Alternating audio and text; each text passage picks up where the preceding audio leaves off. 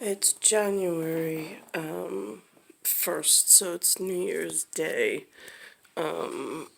I'm watching the television news, and on comes a piece that I didn't see live last night, but they're showing a recap of Eric Adams being sworn in.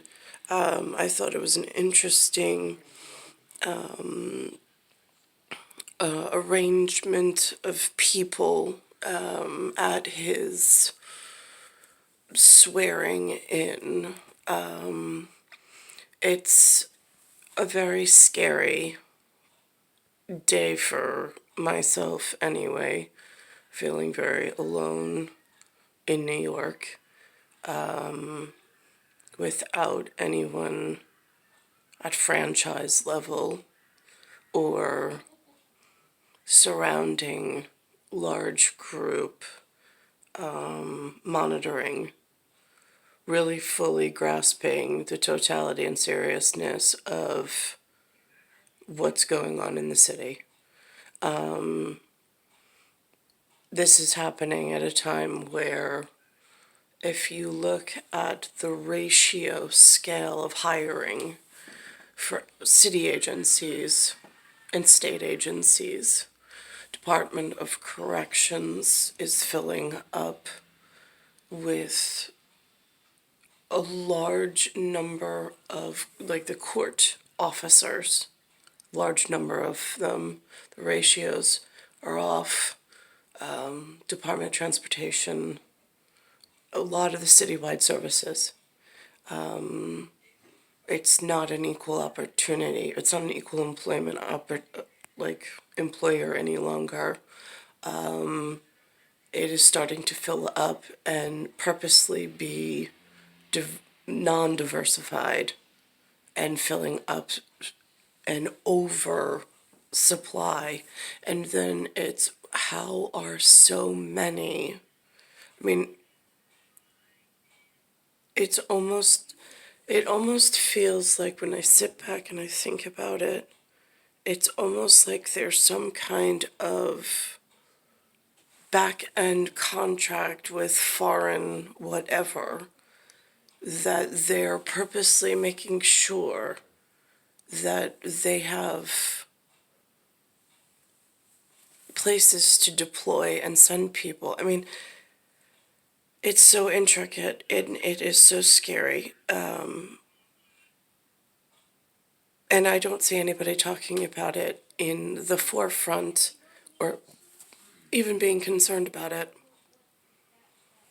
Everybody, like, I speak to Linda and Lou, they're just like, it's a melting pot. It's just how it is. No, it's not. I still live in a country in North America that has a profile of what the founding fathers and the presidential executive's office looks like. And I still live in a country that has a national monument and national monumental men that were built with family being the forefront and most important, and the Foreign Relations Department having to take a back seat and being the first ones to be removed from office and from the land if they start oppressing the founding father and executive children. I'm just not sure where I can alert those type of management and authors at the moment. But here's what is being shown on the television. More. Good morning, Kevin. Good morning, Cindy. It's been an eventful day already for Mayor Eric Adams. After being sworn in, had some time to celebrate, and now he's off to work. Holding a picture of his mother, Eric Adams was sworn in as the 110th mayor of New York City just after midnight. I, Eric Adams. Now, this I find interesting.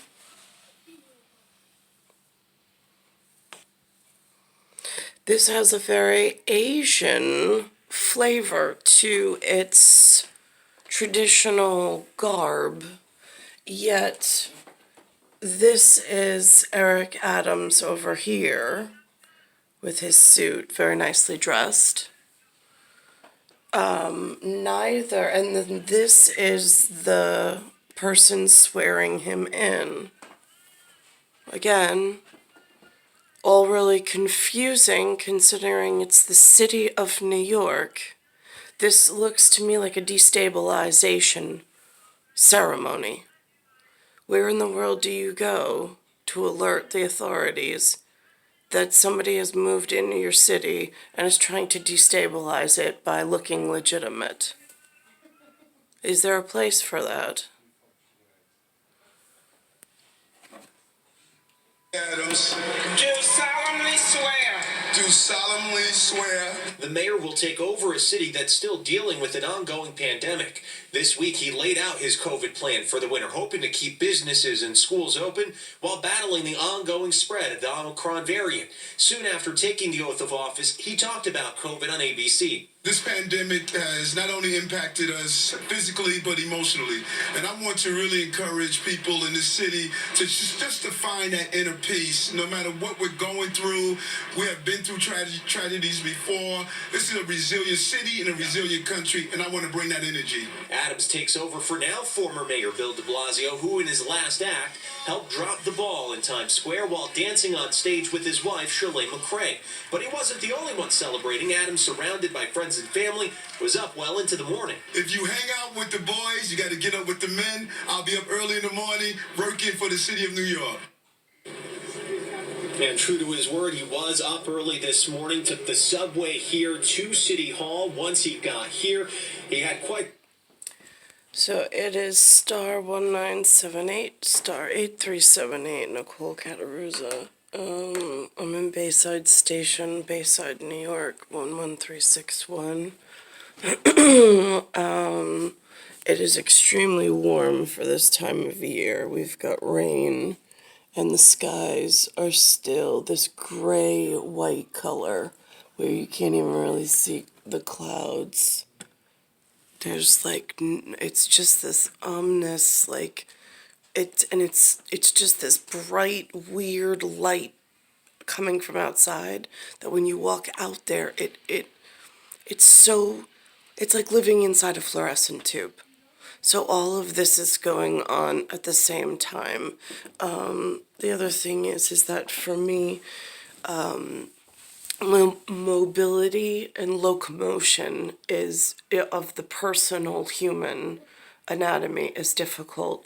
It almost feels like if there was some kind of health origami around the human anatomy of some sort, with all of these factors stacking up and moving in dangerous ways, it is like the health origami that I was born into has been collapsed or rearranged. So now my human is having trouble with locomotion and mobility, and even simple tasks like walking, and being able to stop and turn around because of energy displacement, and pressure points and so on and so forth. It's complicated, but and the other thing is that there's something going on with paint, I suppose paint colors, primary colors, blue, red, and yellow, when they get mixed together.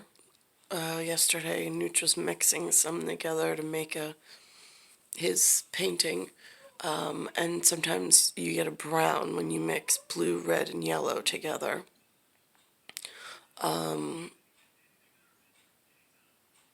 That is what the overabundance is at the moment in primary colors in my local whatever. I don't know how that happened either. I know there's a technology portion of it. I know there's some kind of military portion of it. I know that there's some ongoing effort, but there's a lot of purposeful, it feels like pushes of things that are too forceful and are not supporting the right efforts for people who don't even know how to voice, because they're not really fully aware of the totality and scale of what's being schematically, lines that are being drawn, things that are being forced upon them until it's so late because they've already been preyed upon and they don't even know and they don't know how to get out of it. That's where I feel like I'm at the moment. Star 1978, star 8378, Nicole Cattaruzza. I watched some man by the name of Nelson, Nelson. He builds tree houses in Washington State. I watched one of his episodes yesterday. It was a half an hour of like magical like escape from New York on the television screen yesterday. It was so nice to see that somebody gets to enjoy a life like that still. But at the same time, in parallel dimension, that he gets to live that lifestyle and he gets to be magical in his amazingness in Family Member. In parallel dimension, I'm in New York and I am not enjoying the same magical ability. I'm living under a very different set of circumstances, which I don't know if Nelson is even slightly aware of is happening, which might impact his ability to be so magical at his coastal allowance. So I don't know, again, where do you raise a flag? Where do you raise a concern? Where do you raise a hand? Where do you ask for help? I don't know. Again, it's New Year's Day 2022. So it's January 1st, 2022. And it's the state of New York. It's Bayside Station. I'm in a fallout shelter.